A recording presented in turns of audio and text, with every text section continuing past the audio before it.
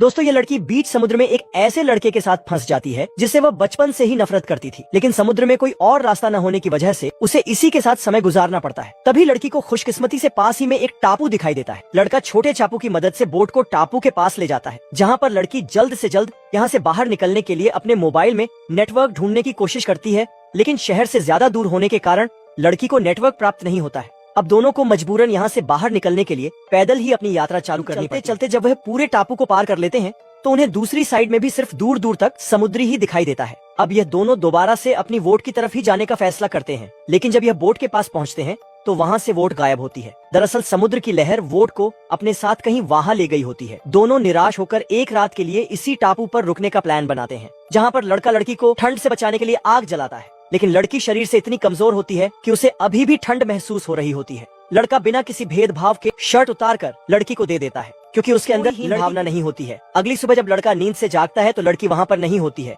वह उठकर बीच की तरफ जाता है तो पता चलता है कि लड़की SOS का मैसेज लिख रही होती है। अब थोड़ी देर बाद दोनों यहाँ पर धूप से बचने के लिए लकड़ी और पत्तियों की मदद से एक छोटी सी झोपड़ी तैयार करते हैं, और जो भी उन्हें यहाँ पर खाने लायक मिलता है उसे पूरे चाप के साथ पेट भर खाते हैं। लेकिन जब लड़का झोपड़ी के अंदर अकेला सो रहा होता है तो लड़की भी उसके पास आकर सो जाती है। लड़का गलती से लड़की के ऊपर अपना हाथ रख देता है, जिससे वैसे तो लड़की को गुस्सा आ जाना चाहिए था, लेकिन इस बार उसको भी ये अच्छा लग रहा होता है। शाम को खाना ढूंढ रहे होते हैं तो इन्हें टापू पर इंसानी कंकाल का अंश मिलता है, जिससे देखकर लड़की कहती है कि शायद वह भी उनकी तरह यहाँ पर फंस गया होगा और खाना पानी न होने की वजह से उसकी ऐसी हालत हो गई होगी। लड़का उसे आश्वासन देने की कोशिश करता है कि उसे इतनी ज्यादा टेंशन नहीं लेनी चाहिए, क्योंकि उनके माता पिता के पास बहुत पैसा है, इसीलिए उन्हें ढूंढने के लिए लगा दिया होगा। परंतु यह दोनों इस बात से अनजान होते हैं कि उनके माता पिता ने भी दूसरी तरफ इनको मृत मान लिया होता है। लेकिन टापू पर अकेला होने के कारण दोनों के अंदर दोस्ती वाली भावना जागृत होने लगती है। एक दिन जब दोनों खाने